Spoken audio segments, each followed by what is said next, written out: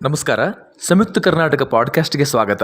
ನಾನು ಚನ್ನವೀರ್ ಸಗರ್ನಾಳ್. ಕೇಂದ್ರದೊಂದಿಗೆ ತಾವು ಮಾತುಕತೆಗೆ ಬರಬೇಕು ಅಂದರೆ ದೆಹಲಿ ದಂಗೆಯ ವೇಳೆ ಬಂಧಿಸಲಾದ ರೈತರನ್ನು ಸರ್ಕಾರ ಈ ಕೂಡಲೇ ಬಿಡುಗಡೆ ಮಾಡಬೇಕು ಅಂತ ದೆಹಲಿ ರೈತರು ಷರತ್ತು ಹಾಕಿದ್ದಾರೆ. ಫೆಬ್ರವರಿ 2ರಂದು ರೈತರೊಂದಿಗೆ ಮತ್ತೊಂದು ಸುತ್ತಿನ ಮಾತುಕತೆ ನಿಗದಿಯಾಗಿದೆ.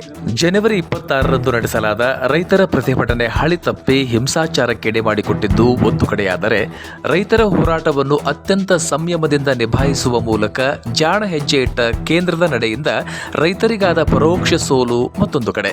ಕೊನೆಗೆ ಫಲಪ್ರದವಾಗದ ಮಾತುಕತೆ.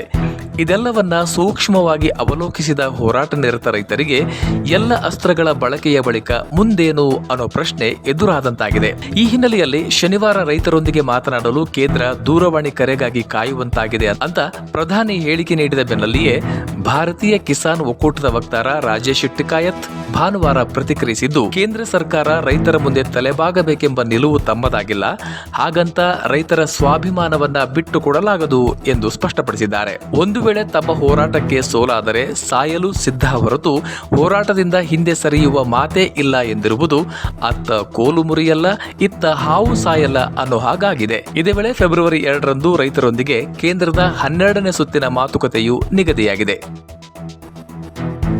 ಬಹುನಿರೀಕ್ಷಿತ ಕೇಂದ್ರ ಬಜೆಟ್ಗೆ ಕ್ಷಣಗಣನೆ ಆರಂಭವಾಗಿದೆ.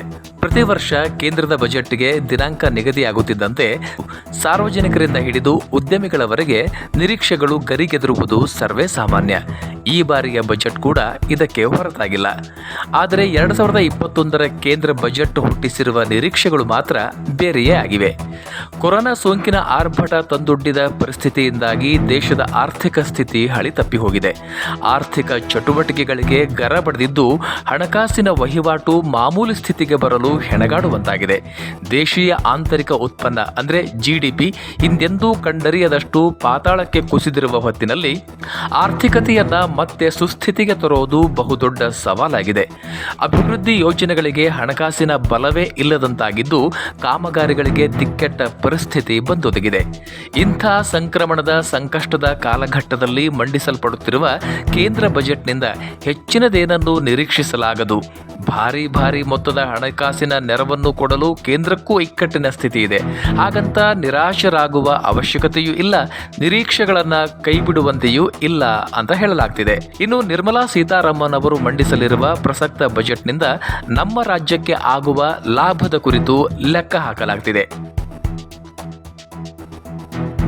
ಮಹದಾಯಿ ನದಿ ತಿರುವು ಯೋಜನೆಯ ನೀರಿನ ಬಳಕೆ ಬಗ್ಗೆ ಕೇಂದ್ರದ ನಾಯಕರೊಂದಿಗೆ ಮಾತನಾಡಿ ಮನವರಿಕೆ ಮಾಡಿಕೊಡಲಾಗುತ್ತೆ.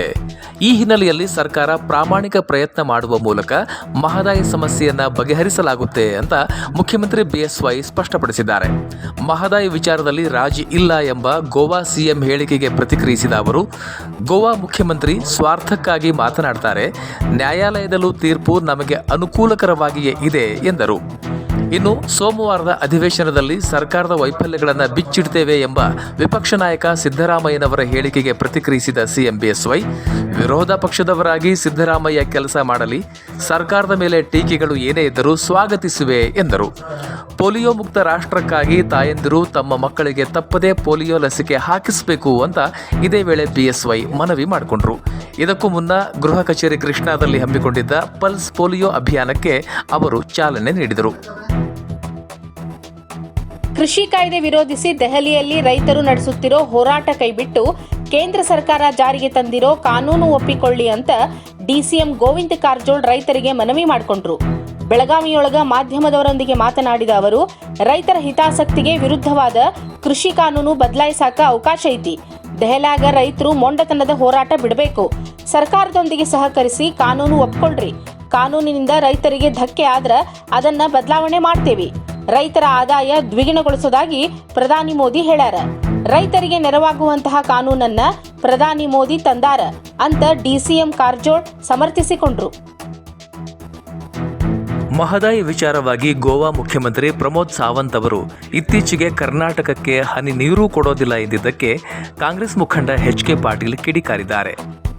ನಾನು ಗೋವಾ ಮುಖ್ಯಮಂತ್ರಿಗಳಿಗೆ ಹೇಳ್ತೀನಿ, ಈ ರೀತಿ ಏನು ನೀವು ಹೇಳ್ತಾ ಇದ್ದೀರಿ, ಇದು ಒಟ್ಟು ನಮ್ಮ ಒಕ್ಕೂಟ ವ್ಯವಸ್ಥೆಗೆ ಧಕ್ಕೆ ತರ್ತಕ್ಕಂಥ ಅಶಕ್ತಗೊಳಿಸ್ತಕ್ಕಂಥ ಬೇಜವಾಬ್ದಾರಿಯ ಹೇಳಿಕೆಗಳು. ಇನ್ನು ಪಕ್ಷಾಂತರಿ ಎಚ್ ವಿಶ್ವನಾಥ್ ಮತ್ತು ಕಾಂಗ್ರೆಸ್ ಪಕ್ಷವನ್ನು ಬಿಟ್ಟು ಹೋದವರ ಬಗ್ಗೆ ಎಚ್ ಕೆ ಪಾಟೀಲ್ ಅವರು ಹೇಳಿದ್ದು ಹೀಗೆ. ಅವರ ವೈಯಕ್ತಿಕ ವಿಚಾರ. ಕಾಂಗ್ರೆಸ್ ಪಕ್ಷ ಬಿಟ್ಟಾಗ ಅವ್ರು ಯಾಕೆ ಬಿಟ್ಟರು ನನಗೆ ಗೊತ್ತಿಲ್ಲ.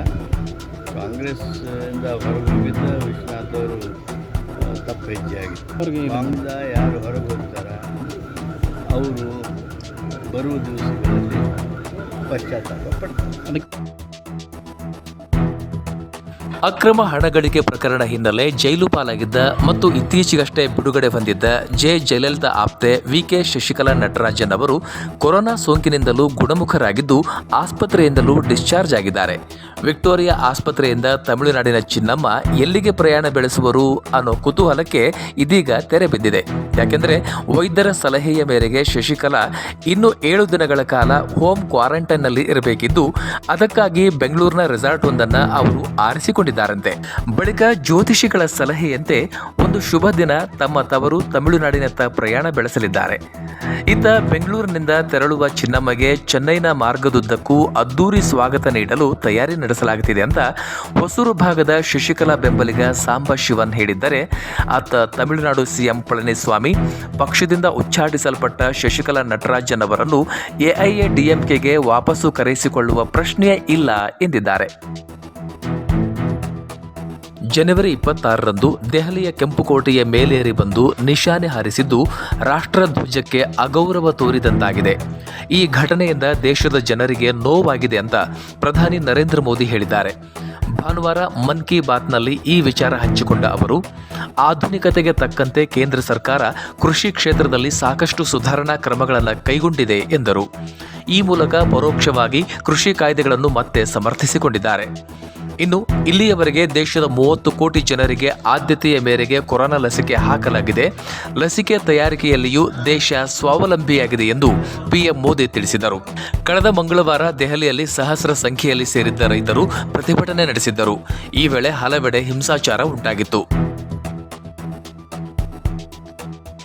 ಕಾಂಗ್ರೆಸ್ ಜೆಡಿಎಸ್ ದೋಸ್ತಿ ಸರ್ಕಾರದಲ್ಲಿ ನಾನು ಮುಖ್ಯಮಂತ್ರಿ ಆಗಿರಲಿಲ್ಲ, ಬದಲಾಗಿ ಅವರಿವರು ಹೇಳಿದ್ದನ್ನ ಮಾಡೋ ಒಬ್ಬ ಗುಮಾಸ್ತನಂತಾಗಿದೆ. ಹೀಗಂತ ಮಾಜಿ ಮುಖ್ಯಮಂತ್ರಿ ಕುಮಾರಸ್ವಾಮಿ ಅಳಲು ತೋಡಿಕೊಂಡಿದ್ದು ಬಾಗಲಕೋಟೆಯಲ್ಲಿ. ಭಾನುವಾರ ತಮ್ಮ ಪಕ್ಷದ ಸಂಘಟನಾ ಸಮಾವೇಶಕ್ಕೂ ಮುನ್ನ ಸುದ್ದಿಗಾರರೊಂದಿಗೆ ಮಾತನಾಡಿದ ಅವರು, ಅವತ್ತು ನಾನು ಹೆಸರಿಗೆ ಮಾತ್ರ ಸಿಎಂ, ಒಂದು ಕಡೆ ಸಿದ್ದರಾಮಯ್ಯನವರ ಒತ್ತಡ, ಮತ್ತೊಂದು ಕಡೆ ಮತ್ತೊಬ್ಬರ ಒತ್ತಾಯ. ಹೀಗಾಗಿ ನಾನು ಮುಖ್ಯಮಂತ್ರಿಯಾಗಿ ಸ್ವತಂತ್ರ ನಿರ್ಣಯ ತೆಗೆದುಕೊಳ್ಳೋಕ್ಕಾಗಲೇ ಇಲ್ಲ ಅಂತ ಈಗ ಯಾಕೆ ಈ ಮಾತು ಹೇಳಿದ್ದಾರೋ ಗೊತ್ತಿಲ್ಲ. ಆದರೆ ಉತ್ತರ ಕರ್ನಾಟಕ ಜನರ ಸಿಂಪತಿ ಗಿಟ್ಟಿಸುವ ಯತ್ನ ಆಗಿರಬಹುದು ಅಂತ ಹೇಳ್ತಾ ಈ ದಿನದ ಪಾಡ್ಕಾಸ್ಟ್ ಅನ್ನು ಮುಗಿಸ್ತಾ ಇದ್ದೀವಿ. ಧನ್ಯವಾದಗಳು. ಇನ್ನಷ್ಟು ಬರವಣಿಗೆಗಳು, ವಿಶೇಷ ಲೇಖನಗಳು ನಿಮಗಾಗಿ ಕಾಯ್ತಾ ಇರ್ತವೆ. ಓದ್ತಿರಲ್ವಾ? ನಮಸ್ಕಾರ.